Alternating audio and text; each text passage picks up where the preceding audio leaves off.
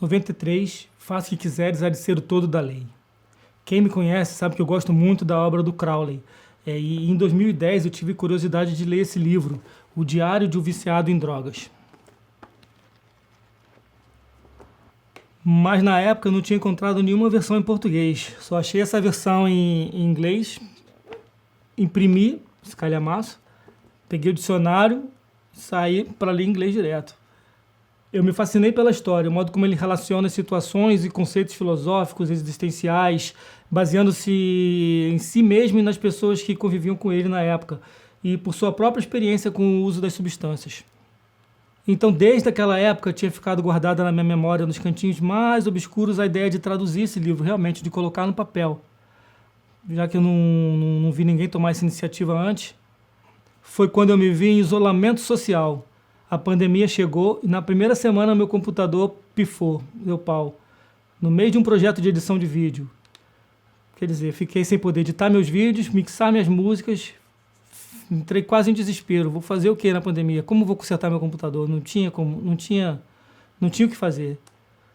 Só tinha um notebook não dá para trabalhar direito, só tem o Word, internet, quando começa a fazer uma coisa um pouco mais pesada já trava. Então comecei a pensar em coisas que eu poderia fazer para não ficar à toa, para pelo menos produzir alguma coisa. Foi quando eu lembrei desse livro. Lembrei, peguei na gaveta que estava guardada e falei, eu acho que é a hora, chegou o momento, vou traduzir. Foi o que eu fiz, mas foi um trabalho gigantesco, porque a cada citação de personalidade, a cada citação de lugar, de uma gíria diferente que aparecia, eu tinha que parar para pesquisar.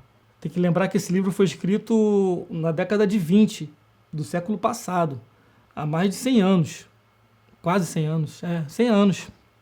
Mas a dificuldade maior realmente que eu tive nesse livro foram os poemas, porque eu não queria traduzir literalmente, eu queria manter a métrica, pelo menos poética, as rimas, sem perder o significado, que é o mais importante.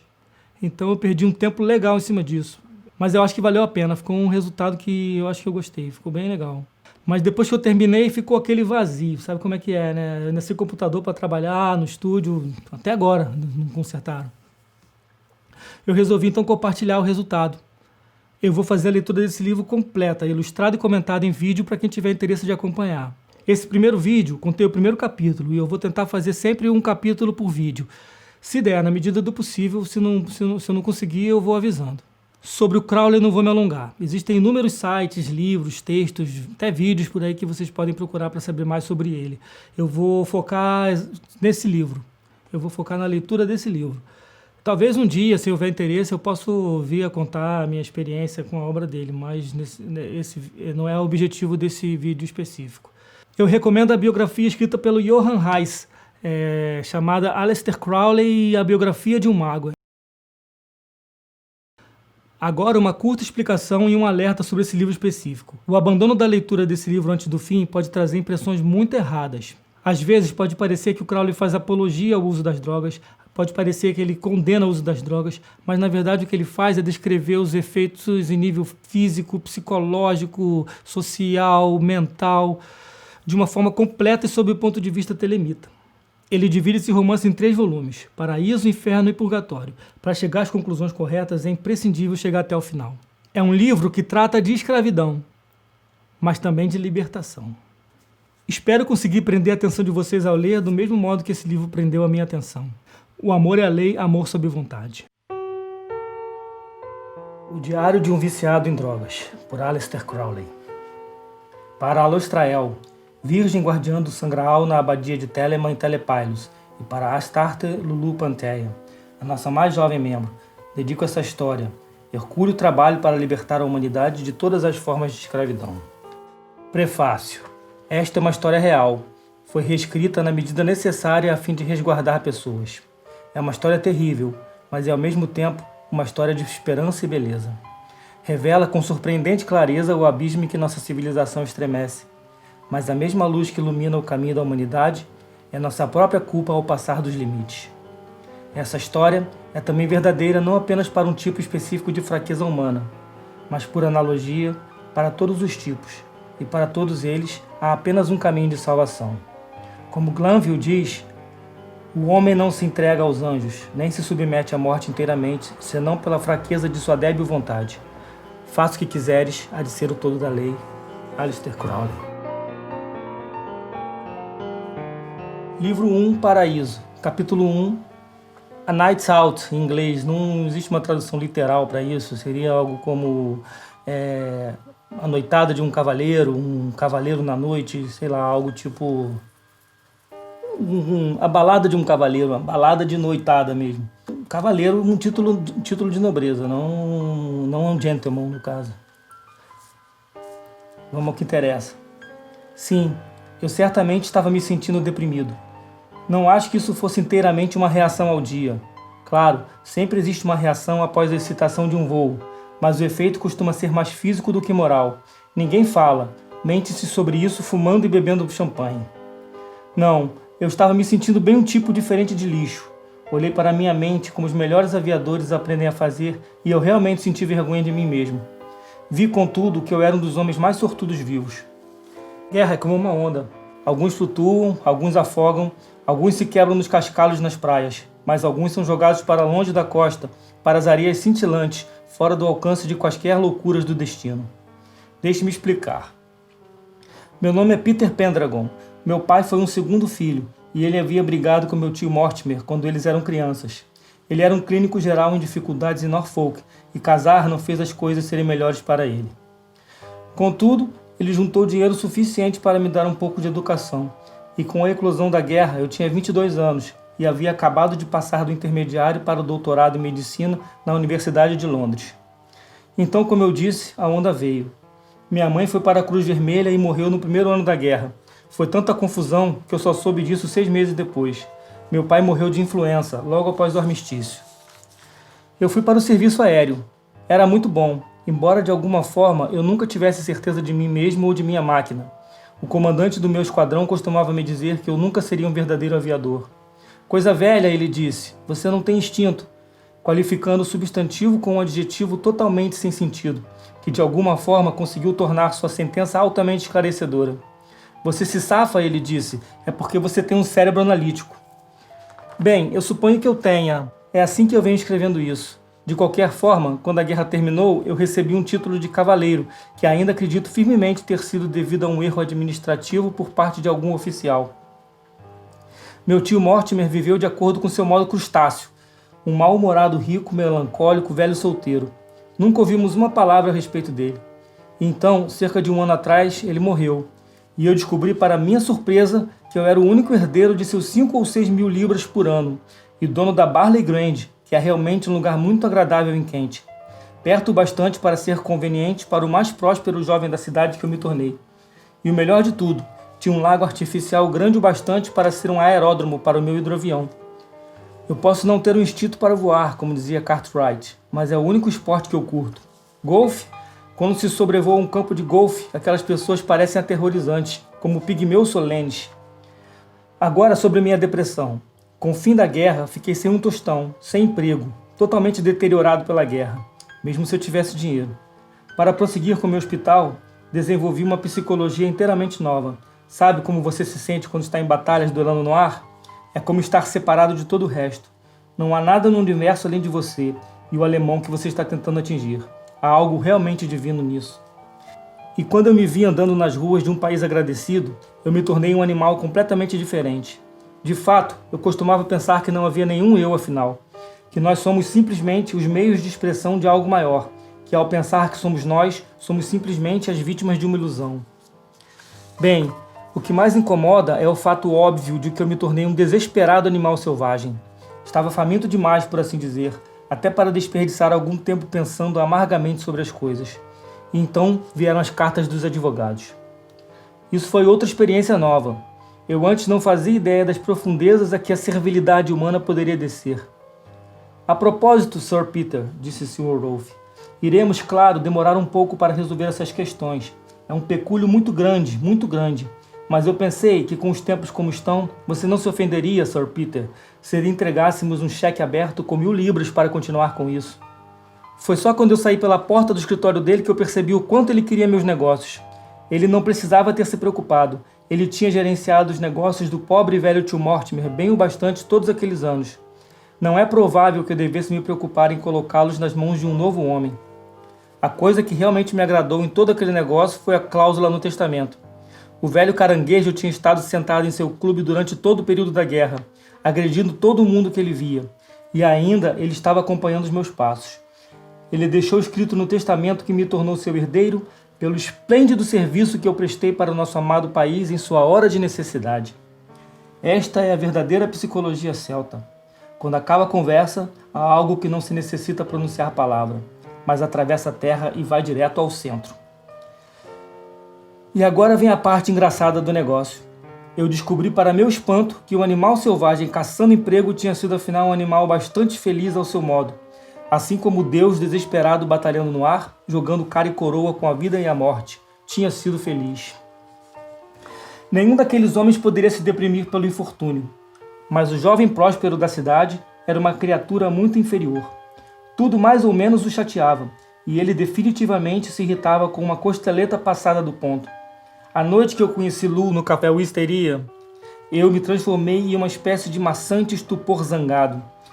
E ainda, o único incidente irritante do dia tinha sido a carta dos advogados que eu tinha encontrado no meu clube após ter voado de Norfolk para Barley Grand e viajado de automóvel até a cidade. Sr. Wolf tinha muito sensatamente me aconselhado a fazer um acordo com parte do espólio contra o evento do meu casamento, e havia algum problema estúpido em conseguir curadores. Eu detesto leis. Parece para mim como se fossem apenas uma série de obstáculos a se fazer as coisas sensatamente. E ainda, claro, afinal de contas, é preciso ter formalidades. Assim como no voo você tem que fazer ajustes para decolar e aterrissar. Mas é um desagradável incômodo ter que atendê-las. Eu pensei que iria me servir de um pequeno jantar. Eu não tinha senso suficiente para saber que o que eu realmente queria eram companheiros humanos. Não haviam tais coisas. Todo homem está eternamente sozinho. Mas quando você se mistura com um grupo razoavelmente decente, esquece esse terrível fato por tempo suficiente para dar ao seu cérebro tempo para se recuperar dos sintomas agudos de sua doença, a de pensar. Meu velho comandante estava certo. Eu penso muito. Assim fazia Shakespeare. Era isso que o fazia escrever aquelas coisas maravilhosas sobre adormecer. Eu esqueci o que eram, mas me impressionaram na época. Eu dizia para mim mesmo: aquele velho pássaro sabia o quão terrível é estar consciente. Então, quando eu me revoltei lá no café, eu acho que a real razão foi que eu esperava encontrar alguém e conversar noite afora. As pessoas acham que conversar é sinal de pensar. Não é para a maior parte. Pelo contrário, é uma fuga mecânica do corpo para aliviar-se da tensão de pensar. Assim como exercitar os músculos ajuda ao corpo a se tornar temporariamente inconsciente de seu peso, sua dor, sua fraqueza e da presciência de sua condenação. Você vê que pensamentos sombrios um sujeito pode ter, mesmo quando ele é o animal de estimação do destino. Isso é uma doença da civilização. Estamos em um estado intermediário entre o estupor de um camponês e alguma coisa que ainda não foi propriamente desenvolvida. Entrei no café e sentei-me a uma de suas mesas de mármore. Tive uma momentânea sensação de alegria. Recordei-me bastante da França, todos aqueles dias de feroz jogo com a morte. Eu não podia ver uma alma conhecida, mas afinal eu conhecia de vista os dois homens da mesa ao lado. Todo mundo conhecia aquele lobo cinza e feroz, um homem lapidado em cada linha por batalhas, e ainda com uma testa que o sustentaria em uma turbulência. Os elementos conflitantes em sua natureza tinham o diabo brincando com ele. Jack Fordham era seu nome. Aos 60 anos de idade, ele ainda era o mais selvagem e implacável dos escritores políticos. Vermelho nos dentes e nas garras, como Tennyson disse. Era ainda um homem que encontrava tempo para escrever boa literatura, e sua rude e conflituosa relação com o mundo não degradou seu pensamento nem estragou seu estilo. Sentado ao seu lado estava o jornalista fraco de boa índole chamado Vernon Gibbs. Ele escrevia praticamente na íntegra um jornal semanal. Ele fazia ano após ano uso da caneta com a versatilidade profissional e a perseverança mecânica de um instrumento cuja prática o levou a uma perfeita habilidade. O homem ainda tinha uma ideia a respeito disso. Algum instinto lhe indicava que sua existência poderia ser utilizada em coisas melhores. O resultado é que ele havia se tornado um firme e pesado bebedor. Eu aprendi no hospital que 75% do corpo humano é composto por água, mas nesse caso, como na antiga canção, ele deveria estar relacionado com Macpherson, que tinha um filho. abre aspas, que com a filha de Noé se casou e quase estragou a inundação quando toda a água bebeu. E isso ele teria feito, creio realmente eu, mas tinha a mistura 3 partes ou mais de Glenlivet. Fecha aspas. A esbelta figura de um jovem homem velho com um nariz arredondado que prejudicava sua notável beleza, destruída então por anos de insanas paixões, entrou no café. Seus frios olhos azuis eram astutos e maliciosos. Podia-se ter a impressão de ser alguma criatura imunda das trevas, um invasor de outro mundo procurando algo para destruir. Junto dele se arrastava pesadamente seu lacaio, uma grande inchada verminosa criatura como uma barata, em roupas pretas surradas, mal ajustadas, não escovadas e manchadas, sujo e mal alinhado. Seu rosto cheio de espinha e inchado tinha uma horrível e maldosa expressão em sua boca úmida, como um cemitério bombardeado. As pessoas no café murmuravam enquanto o homem entrava. Eles eram notórios. Além disso, o líder era conhecido como o Conde da Confusão. Todo mundo parecia pressentir o estrago no ar. O conde veio até a mesa próxima à minha e parou brusca e deliberadamente. Um sorriso de escárnio surgiu em seus lábios. Ele apontou para os 2 homens. Ébrio Bardolph e velho pistola, ele disse, contorcendo seu nariz em ódio. Jack Fordham não se atrasou com a réplica. Excelente rugido, ralé, ele respondeu calmamente, tão rápido como se aquela cena toda já tivesse sido reeditada de antemão. Um olhar perigoso surgiu nos olhos do insano conde. Ele deu um passo para trás e levantou a bengala. Mas Fordham, velho veterano que era, antecipou o gesto. Ele esteve nos Western States em sua juventude. O que ele não sabia sobre briga não valia a pena ser conhecido. Em particular, ele estava muito atento ao fato de que um homem desarmado, sentado atrás de uma mesa fixa, não tem a menor chance contra um homem com uma bengala ao ar livre. Ele deslizou como um gato antes que o Confusão pudesse bater com sua bengala. O idoso mergulhou em sua guarda e agarrou o lunático pela garganta. Não houve sequer uma briga. O veterano sacudiu seu oponente como um bulldog. Trocando a guarda, jogou-o no chão como um tremendo arremesso. Em menos de 2 segundos, o assunto estava resolvido. Fordham estava ajoelhado sobre o peito do valentão derrotado, que lamentava e ofegava e chorava por misericórdia e pedia ao homem 20 anos mais velho, o qual ele havia provocado para a briga, que não o machucasse, pois eles eram velhos amigos. O comportamento de multidão em assuntos desse tipo sempre me parece muito singular. Todo mundo, ou quase todo mundo, parece tentar interferir, mas realmente ninguém faz. Mas essa questão ameaçava ser mais séria. O homem velho tinha realmente perdido a paciência. Era bem provável que ele sufocasse o vira-lata sob seus joelhos. Eu só tive presença de espírito suficiente apenas para dar passagem para o maître, um jovial, corpulento francês que veio empurrando, abrindo passagem para dentro do círculo. Eu até dei uma mão para tirar Fordham de cima de seu antagonista prostrado. Um toque foi suficiente. O velho recuperou sua calma em 1 segundo e lentamente voltou para sua mesa sem o menor sinal de excitação, além de gritar: 60 contra 40, 60 contra 40. Estou dentro, gritou um homem lá do fundo que acabara de chegar ao café e havia perdido a cena apenas por 1 minuto. Mas cadê o cavalo? Eu ouvi as palavras como um homem em um sonho. Minha atenção foi subitamente distraída. O Confusão não tinha feito ainda nenhuma tentativa de se levantar. Ele ainda estava ali, deitado choramingando. Tirei meus olhos de tão repugnante visão e me deparei fixado a 2 enormes esferas. Eu nem sabia naquele primeiro momento se eram mesmo olhos. É uma coisa engraçada a se dizer, mas a primeira impressão foi que eles eram um daqueles pensamentos que surgem do nada quando se está voando a 10.000 pés ou mais. Coisa terrivelmente estranha, eu lhe digo. Lembra interferências atmosféricas e sinais de rádio, e que dão uma sensação terrível. É um tipo de aviso sinistro de que há alguma pessoa ou alguma coisa no universo fora de nós mesmos. E a realização de que isso é francamente assustador, tanto quanto a outra realização de que somos eternamente sozinhos. É horrível. Eu deslizei fora do tempo completamente para a eternidade. Senti a mim mesmo na presença de alguma influência tremenda para o bem ou para o mal. Eu me senti como se tivesse nascido. Eu não sei se poderiam entender o que eu quero dizer. Não posso ajudar, mas posso colocar de outra forma. É tipo assim, nada tinha acontecido comigo em minha vida antes. Sabe como é quando sai do éter ou do óxido nitroso do dentista? Você volta para algum lugar familiar, mas o lugar do qual você vem é nenhum lugar, e você já esteve lá. Foi isso que aconteceu comigo. Eu acordei da eternidade, da infinitude, de um estado de espírito gigantescamente mais vital e consciente do que qualquer coisa que conhecemos de outra forma. Embora não se possa dar um nome, para descobrir que esse pensamento sem nome do nada era na realidade duas enormes esferas negras nas quais eu via a mim mesmo. Tive um vislumbre em alguma visão de uma história na Idade Média sobre um mago e vagarosamente eu deslizei para fora das profundezas para reconhecer que aquelas duas esferas eram apenas dois olhos. E então me ocorreu. O pensamento era a natureza particularmente absurda e ridícula de uma piada. Aqueles dois olhos pertenciam ao rosto de uma garota. Atravessando o espaço por cima daquele chantagista que ainda gemia no chão, eu olhava para o rosto da mulher que eu jamais havia visto antes. E disse para mim mesmo: bem, está tudo certo, conheço você por toda a minha vida. E quando eu disse minha vida para mim mesmo, eu não quis dizer minha vida como Peter Pendragon, nem quis mesmo dizer uma vida que se estende pelos séculos.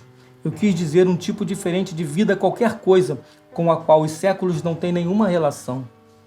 E então Peter Pendragon voltou-se para si mesmo inteiramente e se questionou se ele não tivesse parecido talvez um pouco rude ao que o seu senso comum lhe assegurava que era uma garota bem comum e não particularmente atraente. Minha mente estava confusa. Voltei apressadamente para minha mesa. E então pareceu-me como se passassem horas, até os garçons persuadirem o conde a se levantar. Tomei um gole da minha bebida de modo automático, quando eu percebi que a garota tinha desaparecido. É uma observação bastante trivial essa que eu vou fazer agora, e espero pelo menos que isso ajude a clarear as ideias de que eu por acaso não seja uma pessoa normal. De fato, todo homem é fundamentalmente anormal porque ele é único, mas podemos classificar o homem em diversas séries, sem nos preocuparmos muito com o que cada uma delas é em si mesmo. Eu espero então que será claramente entendido que eu sou muito mais como centenas de outros jovens da minha idade. Faço também essa observação porque o rumo disso é praticamente toda a história desse livro. E a observação é que após esse grande florescer de trombetas, embora eu estivesse pessoalmente totalmente desinteressado pelo que havia presenciado, a depressão desapareceu da minha mente. Como diz o francês, eu não sei falar isso, un cloud chasse l'autre, um prego expulsa o outro. Eu tinha aprendido até então que certas raças, particularmente os japoneses, têm feito uma ciência definitiva baseada nesse fato. Por exemplo, eles batem suas mãos 4 vezes, de modo a expulsar espíritos malignos. Isso, é claro, é só uma figura de linguagem. O que eles realmente fazem é: o gesto físico afasta abruptamente a mente de sua letargia, de tal forma que a ideia que preocupa é substituída por uma nova. Eles têm vários ardis para garantir algo novo e ter certeza de que esse algo novo será agradável. Explicarei mais sobre isso depois. O que aconteceu foi que naquele momento minha mente estava tomada por uma raiva aguda e obscura, inteiramente sem objetivo. Eu não tinha a menor ideia de sua natureza, mas lá estava. O bar estava intolerável, como um sanatório de pragas. Joguei uma moeda na mesa e fiquei surpreso ao perceber o que rolou. Saí como se o diabo estivesse ao meu encalço. Não lembro praticamente nada da meia hora seguinte. Senti-me desamparado, como se estivesse perdido em um mundo de anões incrivelmente estúpidos e maliciosos. De repente estava em Piccadilly. Uma voz ronronou em meus ouvidos. O bom e velho Peter, meu caro, estou muito feliz em te encontrar. Vamos fazer a noite acontecer. A voz era de um lindo galês em seu auge. Algumas pessoas o consideravam o melhor escultor vivo. Ele tinha de fato um séquito de seguidores, os quais eu só posso qualificar como, quase desagradáveis. Ele não tinha espaço para a humanidade no fundo de seu coração, exceto para as formas convenientes que ele pode modelar. Ele era entediado e nauseado por achar que as pessoas fingem estar vivas. O aborrecimento cresceu até que ele adquiriu o hábito de beber muito mais e muitas vezes mais do que um homem comum poderia precisar. Ele era muito maior do que eu fisicamente, e ele me pegava pelo braço quase como se me levasse em custódia. Ele despejou em meus ouvidos uma interminável série de reminiscências desmedidas. Cada uma delas pareciam a ele incrivelmente alegres. Por cerca de meio minuto eu me ressenti com ele. Então eu me deixei levar e me percebia acalmando, quase levado ao sono pelo fluxo de sua conversa. Um homem maravilhoso, como uma criança imbecil 90% do tempo. E ainda, no fundo, alguém que de alguma forma viu a noite profunda de sua mente impregnada com faíscas fracas de sua genialidade. Eu não fazia a menor ideia de onde ele estava me levando e eu não me importava. Eu estava dormindo por dentro. Despertei para me encontrar sentado no café Wisteria mais uma vez. O maître estava explicando excitadamente para meu companheiro a cena maravilhosa que ele tinha perdido. O Sr. Fordham quase matou o outro homem, murmurou agitando suas mãos gordas. Ele quase matou o outro homem. Alguma coisa na fala dele agradou meu senso de irreverência. Eu emendei uma gargalhada alta e estridente. Podre, disse o meu companheiro, podre. Esse Fordham nunca parece fazer um trabalho limpo de qualquer maneira. Digo, olha aqui, hoje é minha noitada. Você vai se comportar como um bom menino e vai dizer para todos os outros bons meninos virem jantar. O maître sabia suficientemente bem o que isso significava. E em pouco tempo eu ia me encontrar apertando as mãos de perfeitos desconhecidos em termos que implicam nas mais calorosas e intermináveis afeições. Era um pessoal realmente muito distinto. Um dos homens era um gordo judeu alemão que parecia à primeira vista um pedaço de carne de porco enlatada que ficou esquecida por muito tempo no verão. Mas menos ele disse, mais ele fez. E o que ele fez pode ser considerado um dos maiores tesouros da humanidade. Então havia um homem volúvel e genial com seus cabelos grisalhos revoltos e um estranho sorriso retorcido em seu rosto. Ele parecia um personagem de Charles Dickens, mas ele fez mais para revitalizar o teatro do que qualquer outro homem em sua época. Não gostei das mulheres. Elas pareciam não valorizar os homens. Grandes homens parecem gostar de andar com malucas. Supus isso pelo mesmo princípio com que os velhos reis costumavam manter tolos e anões para diverti-los. Abre aspas. Alguns homens nascem grandes, alguns conseguem a grandeza, e outros têm a grandeza imposta a eles. Fecha aspas. Mas seja como for, o fardo costuma ser muito pesado para seus ombros. Você se lembra a história do patinho feio de Frank Harry? Se não, é melhor se apressar e conhecer. O mais assustador de voar é isso. O medo de si mesmo, a sensação de estar fora da sua classe, de que todas as velhas coisas familiares lá embaixo se transformaram em inimigas monstruosas prontas para esmagá-lo se você as tocar. A primeira dessas mulheres era uma gorda, atrevida e vagabunda ruiva. Ela me lembrava um verme branco. Ela exalava decomposição. Ela era imponente, pretensiosa e estúpida.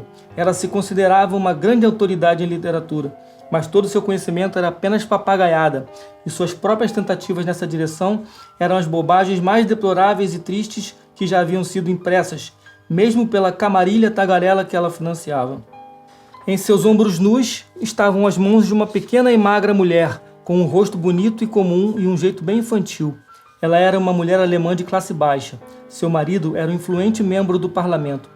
As pessoas diziam que ela vivia às suas custas. Haviam cochichos obscuros. 2 ou 3 passarinhos me contaram que achavam que foi ela e não a pequena e pobre Mata Hari que denunciou os tanques para os alemães. Eu mencionei que o nome do escultor era Owen? Bem, assim era, ou melhor é, e será enquanto a arte durar. Ele se apoiava com uma mão na mesa, enquanto com a outra acomodava os convidados em seus assentos. Pensei em uma criança brincando com bonecos. Quando os 4 primeiros se sentaram, vi 2 outras garotas atrás deles. Uma eu havia encontrado antes, Violet Beach. Beach, não Beach. Ela era uma coisinha estranha, judia, eu imaginei. Ela usava uma mecha de cabelos amarelos esvoaçantes, como um João Felpudo. Aqui, ó. Vou botar em algum lugar aqui para vocês verem a referência. E um vestido vermelhão profundo, para o caso das pessoas não anotarem. Tinha uma afetação em parecer um tanto bandida, então ela usava um boné de cricket velho cobrindo um olho e um cigarro pendendo em seus lábios. Mas ela tinha um certo talento para escrever, e eu estava muito feliz, na verdade, por encontrá-la de novo. Admito que sou um pouco tímido com estranhos. Enquanto apertávamos as mãos, eu ouvia sua voz estranha, aguda e abafada, como se tivesse algo errado com sua garganta. Quer conhecer a senhorita... Eu não entendi o nome. Eu nunca consigo ouvir palavras estranhas. Como se passou antes de 48 horas, eu descobri que o nome dela era Lalihan. E então de novo não era esse. Mas eu me antecipei. Não tente me tirar do meu caminho. Tudo a seu tempo. Enquanto isso, descobri que deveria chamá-la de Lu. Ilimitada Lu era sua alcunha entre os iniciados. Agora, o que eu estou ansioso para que todos entendam é simplesmente isso. Quase ninguém entende como sua mente funciona. Não há 2 mentes iguais. Como Horácio ou algum outro burro velho falou. Não é essa. E de qualquer forma, o processo de pensar é quase nunca como imaginamos. Então, ao invés de reconhecer a garota como a dona dos olhos que me pegaram tão estranhamente uma hora antes, o fato de reconhecer simplesmente me afastou de reconhecer. Não sei se estou conseguindo ser claro. O que eu quero dizer é que o fato óbvio se recusou a vir à tona. Minha mente fervilhava com as perguntas. Onde diabos eu a teria visto antes? E aqui outra coisa engraçada. Eu não acredito que eu deveria tê-la reconhecido pela visão. O que me pôs na pista foi seu aperto de mão, apesar de nunca ter tocado antes em toda a minha vida. Agora não pense que eu estou saindo do fundo do poço por isso. Não me repudie como um comerciante místico. Olhem para trás, cada um em suas próprias vidas, e se não puderem encontrar meia dúzia de incidentes igualmente inexplicáveis, igualmente irracionais, igualmente repugnantes ao melhor tipo regrado de mente vitoriana média, a melhor coisa que se pode fazer é ir dormir com os seus antepassados. Então é isso. Boa noite. Eu contei que Lu era uma garota bem comum e não particularmente atraente.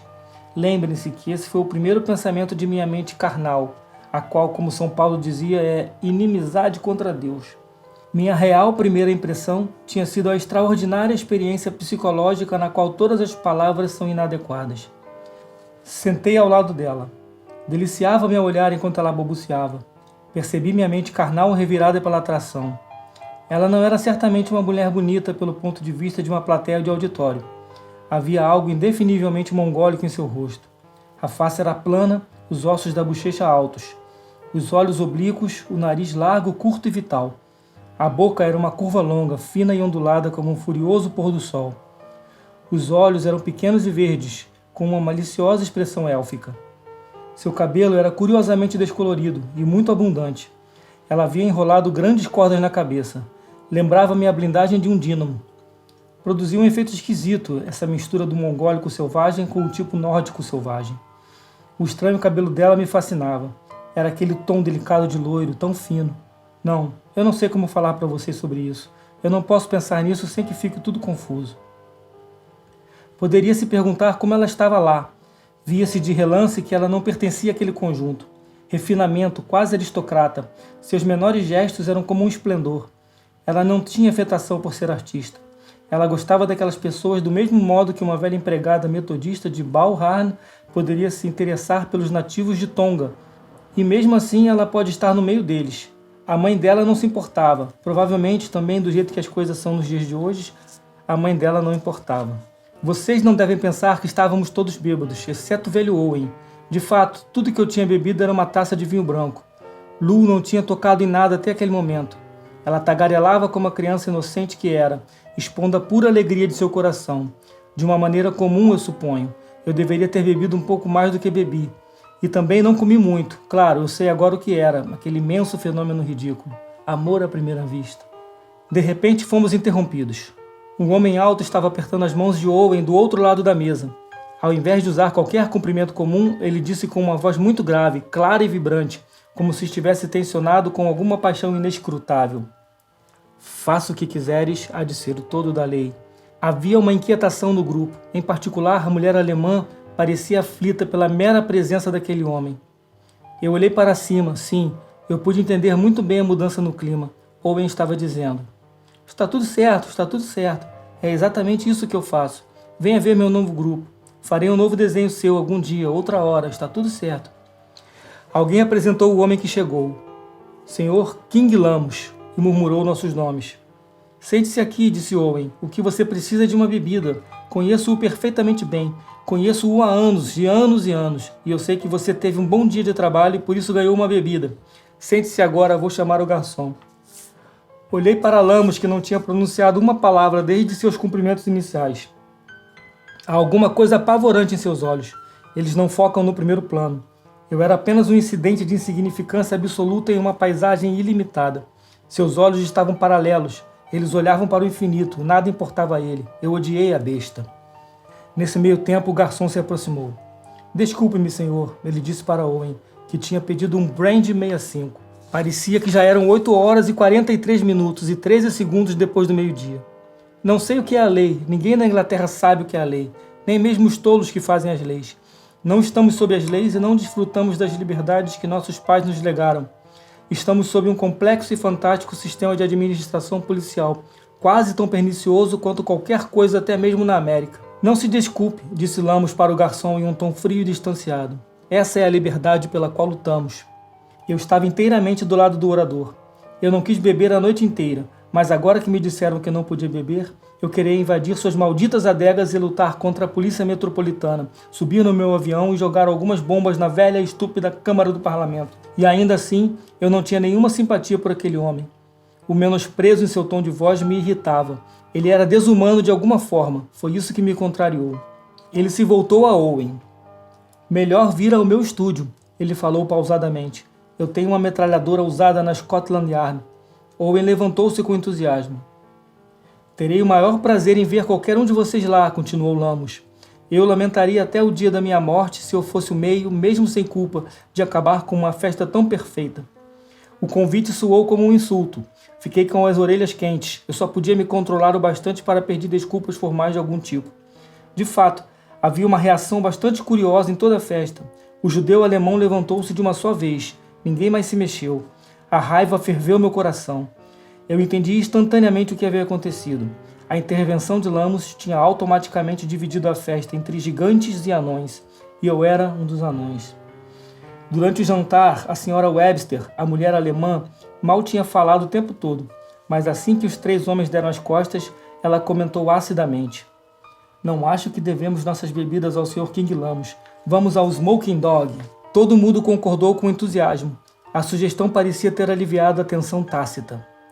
Estávamos em táxis, que por algum motivo inescrutável ainda podem trabalhar praticamente sem controle nas ruas de Londres. Embora comer, respirar e andar por aí sejam permitidos, nunca seremos uma raça realmente justa. E assim termina o capítulo 1. Agora aquele recadinho básico que todo mundo dá. Se você chegou aqui até o final desse vídeo, você pode dar aquela curtida. Se não for inscrito, se inscreve, porque assim você me incentiva a continuar fazendo esses vídeos para chegar até o final dessa história. E vocês podem também acompanhar os outros vídeos do canal. Obrigado até aqui. O amor é a lei, amor sob vontade.